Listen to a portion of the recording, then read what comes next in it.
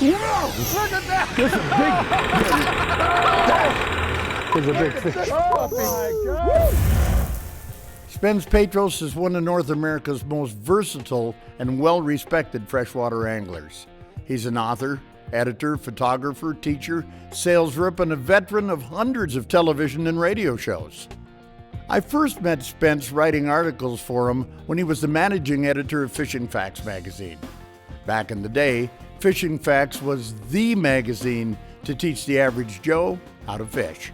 His angling education skills, plus his years of stewardship at Fishing Facts, earned him a berth in the Freshwater Fishing Hall of Fame in 1989.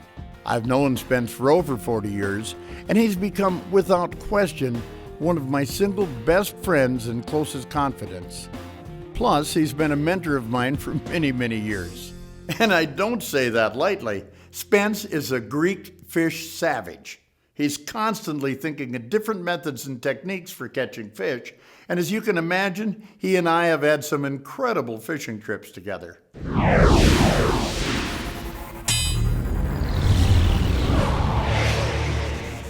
on, baby, come on, baby. All right.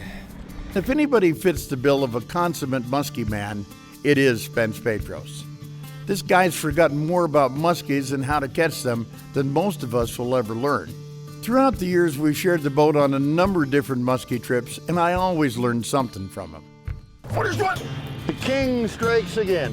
Ooh, it's a big one. Oh, come on, baby, stay on, stay on, stay on. There he is, nice one. Ooh, good fish. He's pretty right here. It's a big fish. Okay, here we go, I'm bringing him in. Yeah, baby. Here's yours. Ooh, that's a nice fish. Yeah, you're darn right that's a nice fish. Yeah, because we were just doing too much stuff correctly. You know, I mean, it's just... Not to get bit. Yeah, I mean, it's just simple logic. Oh, man. You're a pretty good guess. 22 pounds? Yeah, I see 44 inches, 22 pounds. I think you're pretty much right on the button. Nice fish. Yeah. My God. Well, number one. Oh, baby.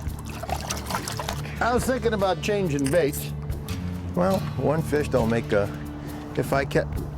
Give me that lure back, you sneaky. One thing Spence loves to do is learn about and try different techniques. As a matter of fact, he's really devious that way.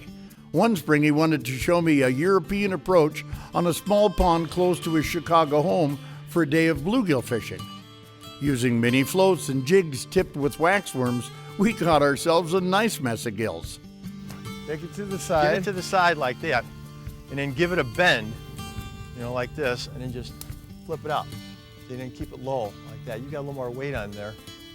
Okay. Well, I'm going to have to go down about 50 yards in order to flip her out, or I'll clip you. No fish down there. That's a good spot. Whoa, oh, oh boy. There's a nice one. Got him? Oh, yeah. Oh, I guess. Hey, that's a secret hog hole over there, No, right? it's not a secret hog hole. I don't believe you. I wouldn't lie to you. You know Yes, me you all would. them years. There's been some ice fishing trips in there as well, like the time we went up on the Lake Michigan harbor and scored incredibly on some brown trout through the ice. There he is. I got him. Babe and I met many years ago when he was an up-and-coming writer, just when he started his television show, and I was the editor of Fishing Facts magazine. Tell you what, you and Babe, it's getting close now, neck and neck. He's catching up, Babe. Nice fish.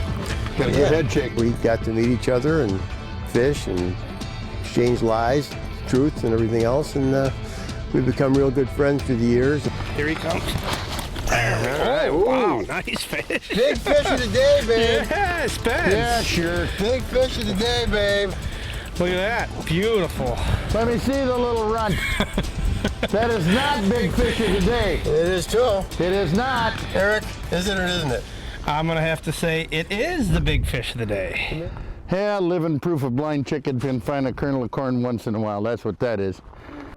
And one of the most memorable trips for both of us was in 2006 on a big gator trip to Lac La Martre in the Northwest Territories. This one's going to hit. It was insane. That's as good as it gets, man. Look at this. We hit the first warm trend after ice out, and these big pike were all over the shallow water. Here he is right here. Give it twitch. Twitch. Oh, there he is. Not I the got him. bait. We did hit it. And we were sight fishing them with banjo minnows and some tubes. What is this? Oh my goodness. It's going over there? There's two of them. Yeah, I don't know where this one came from. That's the small one. I know, this is not the one I was pitching at. Oh, here he is. The big one's right here. Oh, Jesus. Come on, baby. She's coming to it. Oh, he's got it right there. And every day we'd get 1 or 2 or 3 47 to 49-inch pike. Incredible, big fat pike. I know I had one that was 30 pounds, and we had a lot of big pike. And just to see them hit and just twitching the banjo minnow and open her mouth and suck it in, a cloud of dust, and There, he's got it. Yeah. That last one was 23, 24 pounds. This one's bigger. This one is bigger. I think between him and I, we had something like 34 fish, over 20 pounds in 4 days. And All you're gonna see is fish and more fish and more fish and more fish. Can you, I mean, look at this thing. that was probably the most memorable one I've had in just terms of spectacular action and a lot of fun and something different, sight fishing for these big gators. Those are just a few examples of the trips we've shared and the fun we've had together over the years. But now, stay with us as we next try our hand at drop shotting for largemouth bass in southeastern Wisconsin on a very, very heavily fished lake. Back now with Spence Petros on Lake Geneva in southeastern Wisconsin, a lake Spence knows extremely well. Geneva's a lake that I've been fishing since I was a little kid with my parents and my uncles and my grandpa and all that kind of stuff. And it's I think 5,200 and something acres, 135 feet deep. It's what they call a two-story fishery. So you have a trout, rainbow trout, brown trout, lake trout, cold water species, and the warm water species. You got smallmouth, largemouth, walleyes, northern pike, and muskies. Our timing is early June, coming off of a late spring, and we're trying a favorite technique of Spence's, drop shotting for largemouth bass. What depth do you want me to try and hold in? Oh, about 11 to 12. Drop shotting is a technique that I learned probably, maybe almost 15 years ago, and it's a finesse technique for pressured waters, clear waters, and that's exactly what you have in Lake Geneva, pressured waters and clear waters. And what it does, you're hooking a worm in the front like that, you got a weight below, and you're just jiggling this worm and with light diameter line, and it's a real good teasing technique. And you jiggle it and drop it, jiggle it and drop it, and then the worm will sort of dance a little bit. A 1-0 Gamakatsu hook, 4 3/4 inch mighty worms, 8-pound fluorocarbon, and I use 1/4 ounce weights most of the time. I use the Excalibur weight, and I like the tungsten weights better than lead. That's a nice start. Yeah, you get a lot of these, we are fishing a pressured lake. That's the spawned out. A male. Yeah. Most of my bass fishing, particularly in clear waters, I'm using a braided line with fluorocarbon leaders. Oh boy, There you go. This is a good fish. I might go as light as 8-pound test here. In some places I might go to 14-pound test. I'm just keeping tension on him. Okay. Easy to do with this rod. And we use these rods we use today. The first time I used these St. Croix drop shot rods were fantastic. You could fire it a long way. It had an extra fast tip. And boy, you could feel everything. You could almost tell one type of weed from another with that rod. It was real sensitive, and you had good backbone, so you got a good hook set. And see, that's a nice largemouth. And it's important to have a little flex in the rod for feel, and a little flex when you're using braid, because you don't want everything stiff rod, stiff line. You got to have a little where they can take it a little bit. So it was a perfect combination that we had today. One of the things that in the last number of years, St. Croix has got species specific Right. about a lot of different things. Yeah, they have a whole series of muskie rods designed for various ways that you fish a muskie. Yeah, I've got that big nasty, and I love it, that 9-footer. Nasty rod, it's really good. And they've done the same thing with bass and walleyes and so forth. Yep. There's a bass. Guys, make me back reel there a little bit. What's going on here? Oh, he's got a bunch of weeds on him. Nice a good bass, one, though. That's a good bass. There's something I'm missing here, and I don't know what it is. You're getting bit more often than I am. I'm just doing like a fast swim. There's different techniques. What was working for us a lot was like a fast swim in a jig, where you'd bring it in, you know, like this, swim it, drop it, swim it, drop it. There, a little better. And then a lot of times, you know, if I hook a weed or you hook something, I'll shake it like this and get that worm just dancing around like that. Shake it, shake it. And when you break free, drop it back. Jiggle it, and then continue swimming, continue swimming. Oh boy, That looks like it's got some weight. feels good. Good. If you're fishing in an area that's got rocks, you can drag it along the bottom. All of a sudden you feel a rock and just jiggle it by the rock, jiggle it by the rock, then bring it, hit another rock, stop it. So anytime the retrieve is interrupted, play that interruption, play that piece of cover for a strike, but try different things. You know, the more you sit here and you think about the drop shotting technique and system as a system, the more you think of this application and this application Oh yeah, and this application. absolutely. Well, I've drop shotted before, obviously, but I've never just went out and did nothing but drop shot. Nice weed bed there. For chance. Never with a guy who has learned it about 12, 14 years ago and then explored all of the different nuances of it and all of the different things he could do with it. You know, when you throw it out and you let it sink, I usually just tighten the line a little bit to keep the slack out. I'm letting it sink, but you always want to be in contact with it. You know, if you pick it up, pick up a little slack on the way down, like that. You watch your line. When it hits the bottom, you get a little bit of bow in it. But you don't jiggle it nonstop. You're There's a sliding it bass. some too. There's a bass. Oh, there's a nice one.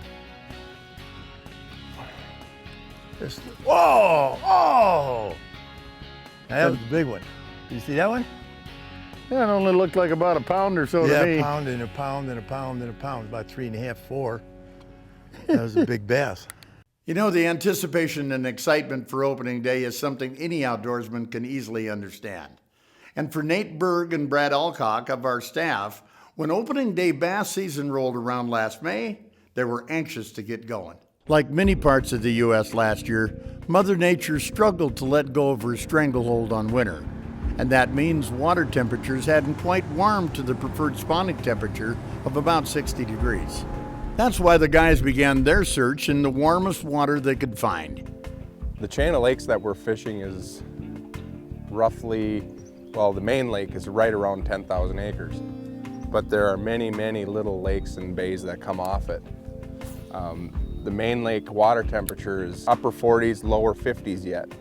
So the water's really cold and the bass want to get moving on the spawn. So what we're doing is we're concentrating on areas that are really shallow, really mucky, and will definitely be warmer than the rest of the lake. There we go. Hey, there we go. Nice fish. Need a net? Twitch, twitch, twitch. Ooh, No, just had it. I think I can get him. Just gotta be darn careful. What color you got on there, Brad? It's kind of a green silver.